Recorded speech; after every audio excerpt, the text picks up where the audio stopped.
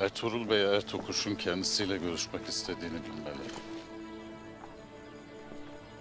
Bilecek. Nasıl?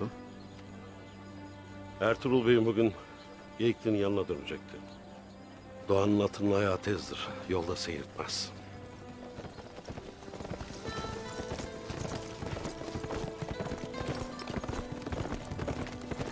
Doğan. Doğan! Hop. Buyur Demir Usta. Sana diyeceklerim var.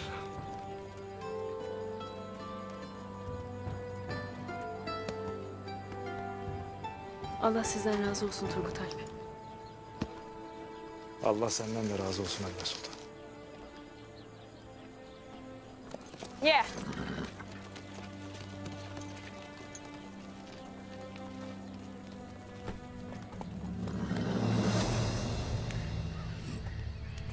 Koca Moğol'un casusları Noyan gibi büyük bir komutana yanlış bilgi veriyorsa bunun hesabını bizden sormayasın bey. Ne demek istersin? Başarısızlığımızın sebebi Tuğtekin'in senin oraya adamlarını yollayacağını bilip gelmesidir. Bu mümkün değil. Eğer mümkün değilse orada ne işi vardı? Tuğtekin gelmeseydi biz bu işi çoktan bitirirdik beyim. Sana casuslarından gelen istihbarat sağlam değilse bunun vebalini biz de aramayız.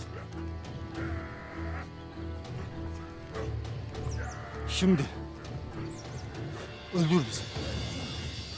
Öldür ki sen de rahat edesin. Biz de.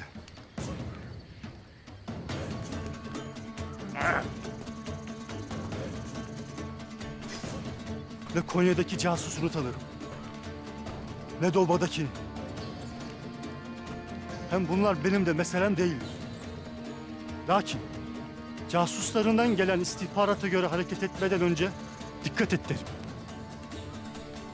Yoksa Erzurum'un Sarp Dağları Moğol'a kolay geçit vermez.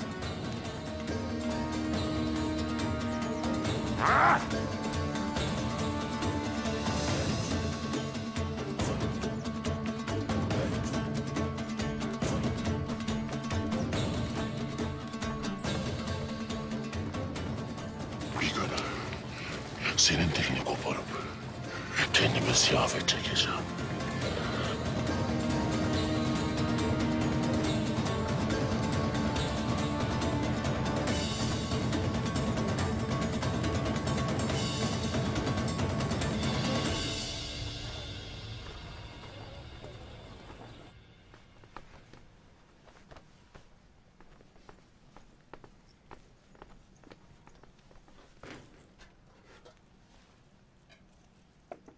Halime. Ertuğrul'dan bir haber aldın mı? Hayır, nerededir bilmem.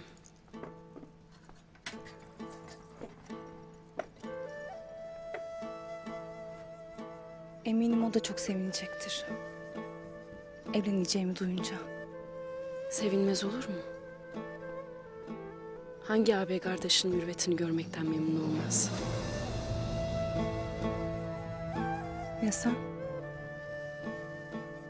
Eğer anam beni verirse sen de sevinecek misin?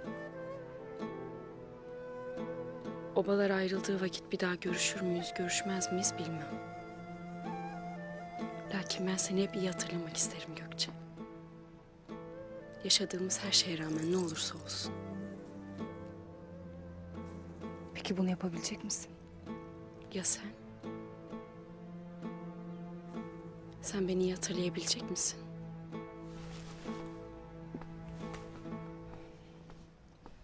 Selcan nerede?